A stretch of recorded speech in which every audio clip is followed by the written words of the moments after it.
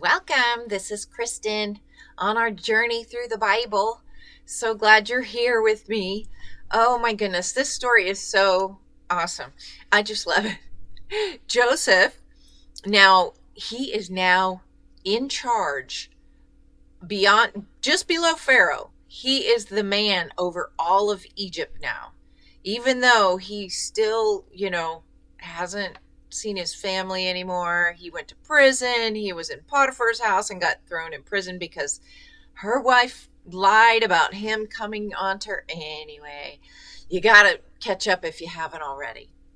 Now, Joseph's brothers, they went to Egypt because of the famine, and there's no food in Canaan. So they are now coming back with their brother Benjamin. So if you missed yesterday, that was Genesis 42.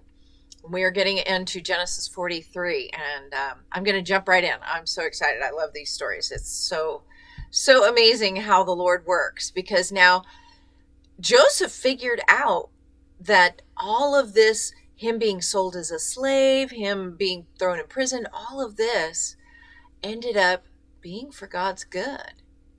And he now knows that and sees that, although he's been so faithful throughout.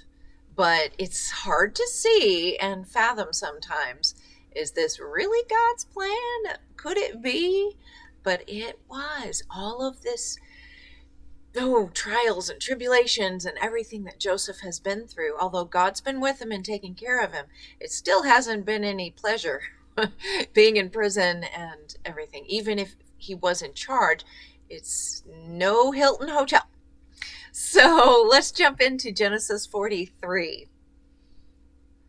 Now the famine was severe in the land, and it came to pass, when they had eaten up the grain which they had bought from Egypt, that their father said to them, Go back and buy us a little food. But Judah spoke to him, saying, The man solemnly warned us, saying, You shall not see my face unless your brother is with you. And of course, Israel didn't want to send his son Benjamin because he already lost Joseph and thought he was dead anyway. If you send our brother with us, we will go down and buy you food. But if you will not send him, we will not go down. For the man said to us, You shall not see my face unless your brother is with you. Very intent, both on Joseph's end and Israel's end. And Israel said, Why did you deal so wrongly with me as to tell the man whether you still had another brother? But they said, The man asked us pointedly about ourselves and our family, saying, Is your father still alive? Have you another brother? And we told him according to these words. Could we possibly have known he would say, Bring your brother down? Then Judah said to Israel his father, Send the lad with me, and we will arise and go, that we may live and not die. Both we and you are also little ones. They were starving to death. Myself, I will be surety for him. From my hand you shall require him. If I do not bring him back to you and set him before you, then let me bear the blame forever. For if we had not lingered, surely by now we would have returned this second time. And their father Israel said to them, If it must be so, then do this. Take some of the best fruits of the land in your vessels and carry down a present for the man. A little balm and a little honey, spices and myrrh, pistachio nuts and almonds. He's still trying to finagle. Good old Jacob. Take double money in your hand, and take back your hand the money that was returned in the mouth of your sacks. Perhaps it was an oversight. Take your brother also, and arise. Go back to the man, and may God Almighty give you mercy before the man, that he may release your other brother and Benjamin. If I am bereaved, I am bereaved. So the men took that present and Benjamin And they took double money in their hand and arose and went down to Egypt. And they stood before Joseph.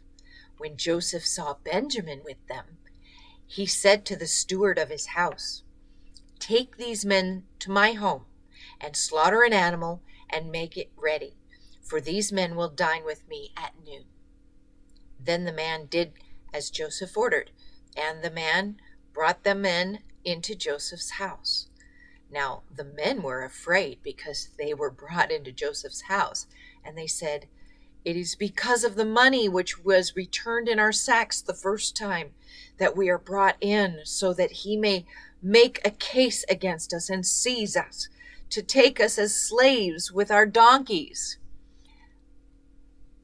When they drew near to the steward of Joseph's house, they talked with him at the door of the house and said, "Oh, sir, we indeed came down the first time to buy food, but it happened when we came to the encampment that we opened our sacks, and there each man's money was in the mouth of his sack, our money in full weight.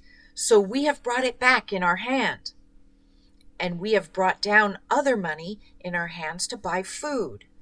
We do not know who put the money back in our sacks." But he said, "Peace be with you. Do not be afraid. Your God, the God of your father, has given you treasure in your sacks. I had your money." Then he brought Simeon out to them. So the man brought the men into Joseph's house and gave them water, and they washed their feet, and he gave them their donkeys' feed. Then they made present ready for Joseph's coming at noon, for they heard that they would eat bread there. And when Joseph came home, they brought him the present which was in their hand into the house, and bowed down before him to the earth. Then he asked them about their well-being, and said, "Is your father well, the old man of whom you spoke? Is he still alive?" And they answered, "Your servant our father is in good health. He is still alive." And they bowed their heads down and prostrated themselves. Then he lifted his eyes and saw his brother Benjamin, his mother's son, and said, "Is this your younger brother of whom you spoke to me?" And he said, "God be gracious to you, my son." Now his heart yearned for his brother.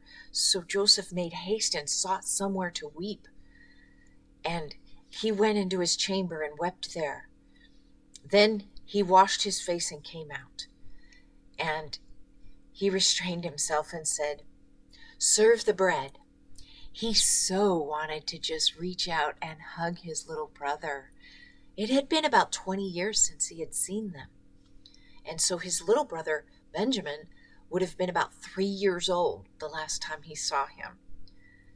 So they set him a place by himself, and them by themselves, and the Egyptians who ate with him by themselves, because the Egyptians could not eat food with Hebrews, for that is an abomination to the Egyptians. And they sat before him, the firstborn according to his birthright, and the youngest according to his youth. And the men looked in astonishment at one another. They couldn't figure out how he knew the age of each one, because after so many of them were put exactly in age order as he seated them, that it was nearly impossible for him to know that just off the top of his head. They still did not realize it was Joseph. Then he took servings to them from before him, but Benjamin's serving was 5 times as much as theirs. So they drank and they were merry with him. Now this story goes on, and it's even more exciting as it goes on in chapter 44, which I will be back tomorrow. So I hope you come back with me and we will move forward. So interesting. They still don't know it's their brother. They still don't know, but it's been 20 years. He is dressed as an Egyptian. They were dressed, and I know they were usually, I think, clean shaven and just looked very different from the last time they saw him when he was 17 years old. So now he is much older and in a different place, and they had no idea that this was their brother. So come back tomorrow, Genesis chapter 44. God bless. See you then.